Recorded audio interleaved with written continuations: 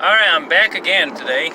I guess I have a lot of ideas, and I need to talk about them because I was talking to my own mother today, my mom, and we talk a lot about spiritual stuff and just the political and social things about our world, the affairs, the current affairs, some of the past affairs, and what's kind of speculating about the future and stuff like that. So she often, she's a believer of the design that each of us have for their own path, for their own life. And me having a different understanding, maybe more refined, I would say. Much more, in comparison to hers, a bit more abstract. But then again, as I said, refined, because that abstract involves looking at the whole thing from a perspective of a higher onlooker. Okay, somebody who stands higher can see further down the road. What happens if you can see things down the road? You think you'll be making decisions about which lane you're gonna end, or how you're gonna get maybe from A to Z quicker and more efficiently if you see down the road, or if your view is obstructed and you can't really tell what's going on, who's turning where. Oh, what's up ahead? I don't know. Is there a collision, or is it just a jam, or is there a gap I can squeeze myself into and pass by, or you obviously your decisions will be, if they're based on the obstruction of you, they will be inaccurate, according to what's really happening. So you won't be as successful in life. That's why it's not about being smart. It's not about being the coolest guy in town. It's not about that. It's about paying attention, being focused. And I'm not saying focused on your goal. No, being focused on what's here now. That's how you can determine, and you can, make a better prediction of, which way to take, that it's going to be more efficient for you. Alright, so to get back to how she says that she is a firm believer that each one of us has a designed path, that the only thing we will need to do is not to listen to anybody but ourselves. I talk about that all the time. So meaning following your gut, your instincts. Your instincts are telling you something, you should not ignore that ever. However, I say, wait a second. If you analyze your life, she says,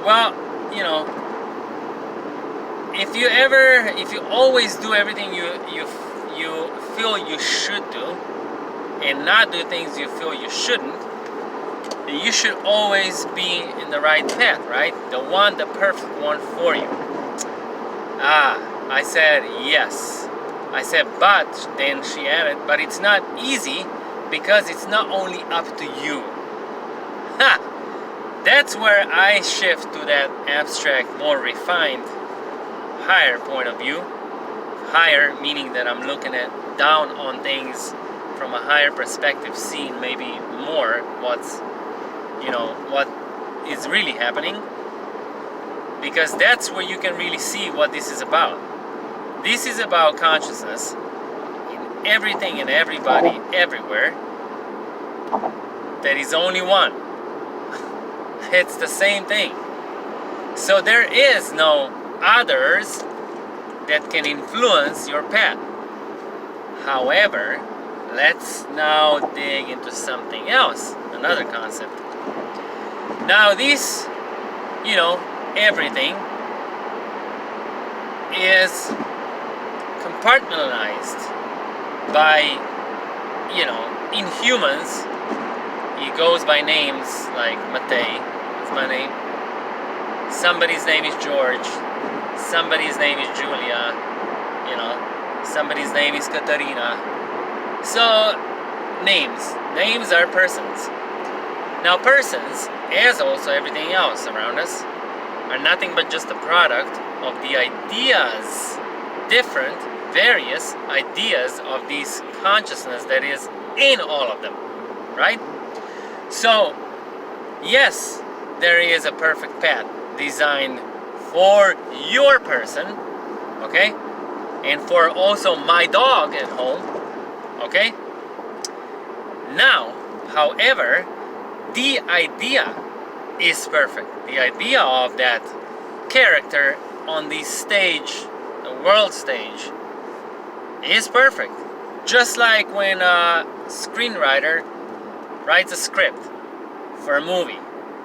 You know, they determine, describe the characters. They give them, all sorts of correct characteristics. That's what makes those people into characters. Because they have certain character, they live a certain way, they live at a certain place, they do certain things in a certain way. Alright, so with that being said, I am an artist. I paint, for those of you that don't know.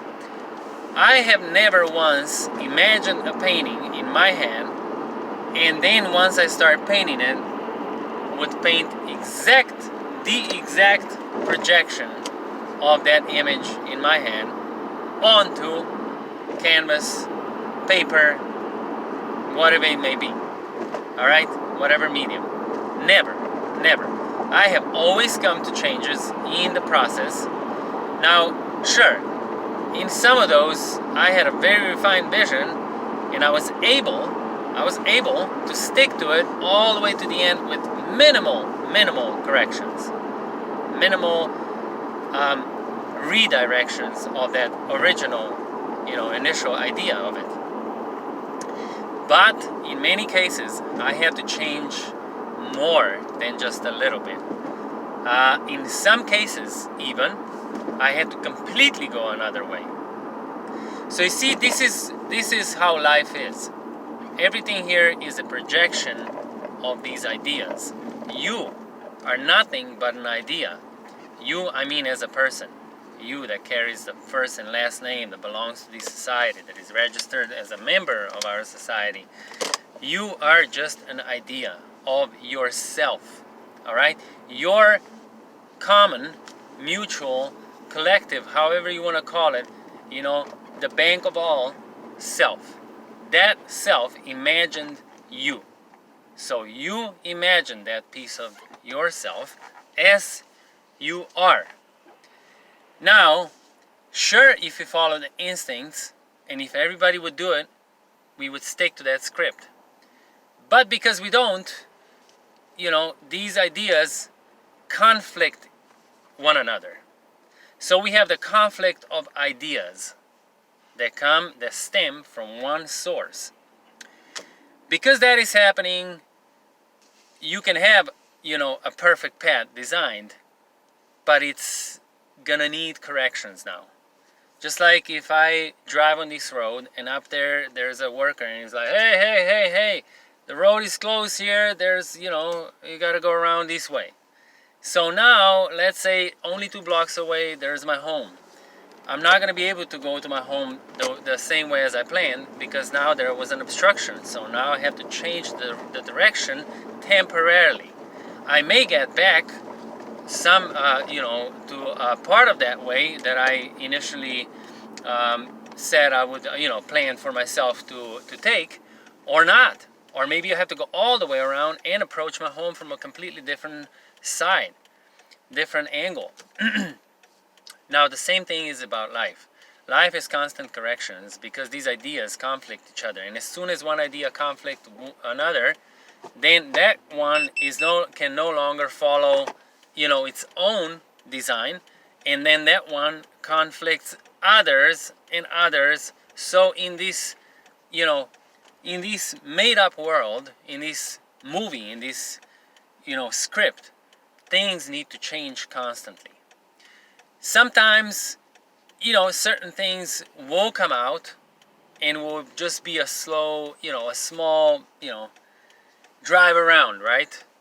And we get back to the final result. Yeah, you need bass in your car so hard that everything shakes. Ridiculous. Anyways, so that's how these things work. So that's why, yes, there is, everybody has, everybody is an idea. So which means every idea is in its own way perfect. But these ideas have to bend, to the so-called reality, right? Just like when I have something in my head, the picture looks amazing. Then once I start painting it, I, you know, run into all sorts of obstacles, all sorts of challenges. It doesn't matter. Maybe the medium, maybe I don't know, the paint doesn't respond the way that I expected. Maybe I have lack a certain skill in some department, and I gotta research some things, sketch some stuff, come back to it, and try to paint it again, and on and on and on. I worked in Hollywood for many years in the industry. It's different things, and I've basically been on, like, I don't exaggerate when I say hundreds, if not even over 1,000 sets. And I have seen projects change from their original script so drastically that at the end they were basically something else. And this was happening constantly, because once they changed a line for a character at some place, they had to change the response of the character involving or interacting with that other character, and so on and so on. It's a butterfly effect, So nothing would stay the same, and then they would keep changing things and change and change. And I was on set when they were rewriting the script as they went, like, oh, let's change this line here. Oh, let's in the majority of cases, yes, a certain thread was there. All right, they didn't. Most of the time, they would not go completely away and just create another story. Not that much, not that many changes, but they were always changing things. Always, they never went completely entirely by the script. So they were constantly adding things, taking things away, changing things, and a lot of the times, just because that's what that reality. Once they encountered the reality, right? They realized, I expected and envisioned this to be this way, but I don't quite like it. Let's change, let's tweak this part here. They did it, they were like, yeah, sometimes they're like, yeah, it's, I don't know, something's missing, let's keep going. And then somebody was like, hey, what about if we do this, this, this? They say, yeah, but if we do that, then we're gonna change that. Yeah, shit, man. All right, okay, well, let's do it. Let's try it. They tried it. Let's just say they tried it, and it was perfect. They said, wow, yeah, you know what? I'm actually very happy with this. This is the take. We're gonna take this one. That's the one. So drop all the other stuff. We don't want it. It was an idea, but it's not as good as this what came out right now. So that's how life is. So that's why, yes, you should always follow your instincts, because that means you're closer to your original idea. Now, if sometimes you need to change some things, if sometimes you need to, go a different way, so be it. Remember, the result is important. Not so much how you get to it. Because when something is done. That's what's important. Not why it was done like that or how it was done. That's important to basically accomplish something. And that's what consciousness is trying to do. That's what consciousness in me is telling so the idea here is telling your idea, is waking up itself to, like, hey, wait a second, I had a plan. Where these now things are going sideways? What's going on? Like, wait a second, I gotta come back to what was I actually even planning. See? because as with things, progressing, sometimes there's so many corrections that then, the initial plan somehow gets, overlooked. It's kind of, now blindsided by just this constant corrections. So sometimes we need to pause and just be. That's why I say it's very important to be in peace, to try to be content and just sometimes forget about everything you want, forget about everything that you don't have, forget about everything that is happening. Just take a moment, just breathe in and just be like, because that's how you can reset yourself in that one moment. And then that thought can come and be like, hey, what about this? Have you thought of that? And that's how sometimes you find a solution to a very, very complex problem. In just giving yourself that moment, that space of complete stillness and peace. Because that's when everything resets itself. That's when it has a chance. Because like when your computer keeps running, suddenly it runs out of memory. And it just starts going, you know what I'm saying? And then if you keep trying to like open more stuff, click more times. Oh, I'm going to click another 10 times to see what happens. Nothing is going to happen. It's all going to come to a halt. See what I'm saying? So you have to shut everything down, restart, give it that, few seconds or a minute, however much is needed, and then you go on. And then once you go on, you're refreshed. Yeah, this is what happens when you live next to a tent city in Seattle, of course.